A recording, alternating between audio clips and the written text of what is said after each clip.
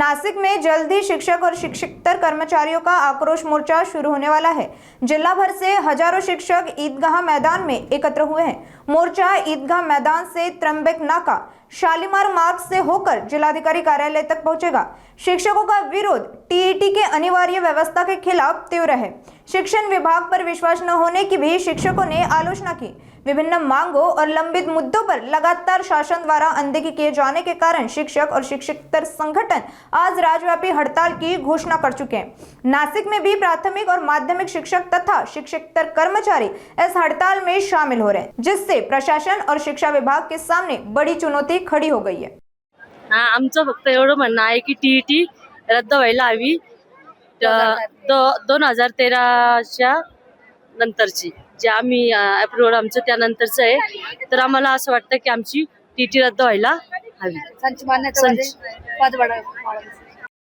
आम्ही सर्व आमचं जे म्हणणं आहे ते घेऊन आज इथे सर्वजण हजर झालेलो आहोत। सर्वप्रथम म्हणजे जे संच मान्यताचे जे नवीन निकष आहेत ते आम्हाला रद्द हवे आहेत। त्यानंतर अजून एक गोष्ट आहे की 2013 नंतरच्या अगोदर लागलेले जे शिक्षक आहेत त्यांची जी टीईटी आहे ती रद्द करावी आणि शिक्षकांना जी अतिरिक्त कामे दिली जात आहे ती कामे आम्ही कामे करावी की मुलांना शिकवावे हेच कळत नाहीये। त्यामुळे ती कामे सर्वप्रथम आमची बंद करावी एवढं आमची मागणी आहे। सर्वांना नमस्कार।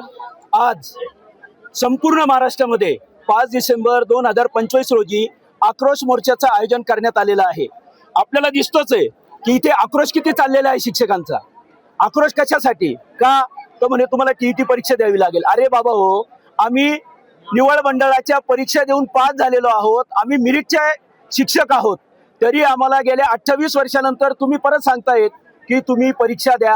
हा अन्याय आहे। असा जर अन्याय होत असेल तर आमच्या सगळ्या संघटना कदापि सहन करणार नाहीत आणि म्हणूनच संपूर्ण महाराष्ट्रामध्ये या पद्धतीचं हे आंदोलन होत आहे। आणि महाराष्ट्र शासनाला आमचा जाहीर इशारा आहे की इतर राज्यांमध्ये पुनर्विचार याचिका ही कोर्टामध्ये सुप्रीम कोर्टामध्ये दाखल केलेली आहे आणि या संदर्भात विचार करायला लावलेला आहे, पण महाराष्ट्र शासनाने अजून असं कोणतंही पाऊल उचललेलं नाहीये। जर महाराष्ट्र शासनाने याची दखल घेतली नाही तर संपूर्ण महाराष्ट्रामध्ये याच्यापेक्षाही उग्र आंदोलन केले जातील। त्याच्यामध्ये आमरण उपोषणचा सुद्धा विषय असणार आहे।